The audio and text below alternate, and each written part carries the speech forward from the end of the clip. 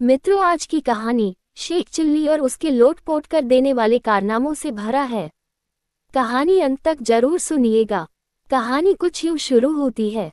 झज्जर के नवाब युद्ध लड़ने के लिए कई महीनों से बाहर गए थे। उनकी अनुपस्थिति में उनके छोटे भाई छोटे नवाब ही राजपाट का सारा काम संभालते थे। नवाब साहब धीरे धीरे करके शेख चिल्ली को चाहने लगे थे। उन्हें उसकी सरलता में आनंद आता था, परंतु छोटे नवाब शेख चिल्ली को पूरी तरह बेवकूफ़ और कामचोर मानते थे। एक दिन उन्होंने भरी सभा में शेख चिल्ली को डांटा और उसका अपमान किया। एक अच्छा आदमी बताए हुए काम से भी कहीं ज्यादा काम करता है, और एक तुम हो जो सरल से सरल काम को भी ठीक ढंग से नहीं कर पाते हो। उन्होंने कहा, तुम अस्तबल में घोड़ा लेकर जाते तो हो, पर उसे बांधना भूल जाते हो। तुम जब कोई बोझा उठाते हो तो या तो गिर जाते हो या फिर तुम्हारे पैर लड़खड़ाते हैं। तुम जो काम करते हो उसे ध्यान लगाकर क्यों नहीं करते हो। दरबार में कई सदस्यों को ये सुनकर मजा आया। इस दौरान शेख चिल्ली अपना मुंह लटकाए रहा। उसके कुछ दिनों बाद शेख चिल्ली छोटे नवाब के घर के सामने से होकर जा रहा था, जब उसे तुरंत अंदर बुलाया गया।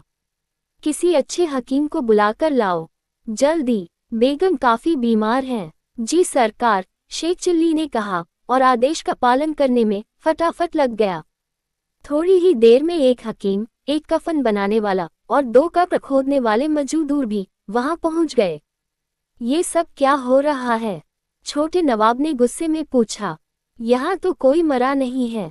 मैंने तो सिर्फ एक हकीम को बुला लाने के लिए कहा था। बाकी लोगों को कौन बुलाकर लाया है? मैं सरकार, शेख चिल्ली ने कहा। आपने ही तो कहा था कि एक अच्छा आदमी बताए गए काम से भी बहुत ज्यादा काम करता है। इसलिए मैंने सभी संभावनाओं को ध्यान में रखते हुए ये कदम उठाया। अल्लाह करे कि बेगम साहिबा जल्दी से ठीक हो जाएं, पर हारी बीमारी में क्या हो जाए ये किसे पता। छोटे नवाब राजपाट के काम में ज्यादा रुचि नहीं लेते थे। वो अपना अधिकतर समय शिकार, शतरंज या अन्य खेलों को खेलने में बिताते थे। एक दिन उन्होंने एक प्रतियोगिता रखी जिसमें सबसे बड़े झूठ बोलने वाले को विजयी घोषित किया जाना था। जीतने वाले को सोने की 1000 मुहरें भी मिलनी थीं। कई झूठ बोलने में माहिर लोग इनाम जीतने के लिए सामने आए। एक ने कहा, सरकार, मैंने भैंसों से भी बड़ी चींटियां देखी हैं जो एक बार में 40 सेर दूध देती हैं। क्यों नहीं? छोटे नवाब ने कहा, ये संभव है सरकार। हर रात मैं चंद्रमा तक उड़ते हुए जाता हूँ और सुबह होने से पहले ही उड़कर वापस आ जाता हूँ। एक अन्य झूठ बोलने वाले ने डींग हाँकी। ये भी हो सकता है, छोटे नवाब ने कहा।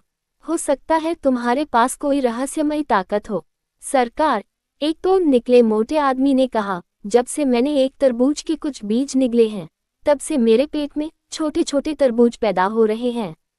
जब कोई तरबूज पक जाता है तो वो फूट जाता है और उससे मुझे अपना भोजन मिल जाता है। अब मुझे और कुछ खाने की जरूरत ही नहीं पड़ती है। तुमने किसी ताकतवर तरबूज के बीज निगल लिए होंगे, छोटे नवाब ने बिना पलके झपके कहा। सरकार, क्या मुझे भी बोलने की इजाजत है? शेख चिल्ली ने पूछा। जरूर, छोटे नवाब ने ताना कसते हुए कहा। तुमसे हम किन प्रतिभाशाली शब्दों की उम्मीद करें? सरकार, शेख चिल्ली ने जोर से कहा, आप इस पूरे राज्य के सबसे बड़े बेवकूफ आदमी हैं। आपको नवाब के सिंहासन पर बैठने का कोई हक नहीं है। पूरी राजसभा में सन्नाटा छा गया। तब छोटे नवाब चिल्लाए, पहरेदारों, इस नाचीज को गिरफ्तार कर लो। शेख चिल्ली को पकड़ा गया और खींच कर लाया गया। निकम्मे बेशरम, छोटे नवाब का गुस्सा उबल कर बाहर निकला। तुम्हारी यह जुर्रत कैसे हुई? अगर तुमने इसी वक्त हमारे पैरों में गिरकर माफी नहीं मांगी तो तुम्हारा सिर धड़ से अलग कर दिया जाएगा। पर सरकार, शेख चिल्ली ने विरोध जताते हुए कहा, आपने ही तो कहा था कि आप दुनिया का सबसे बड़ा झूठ सुनना चाहते हैं। फिर वो निष्कपट भाव से छोटे नवाब को देखने लगा।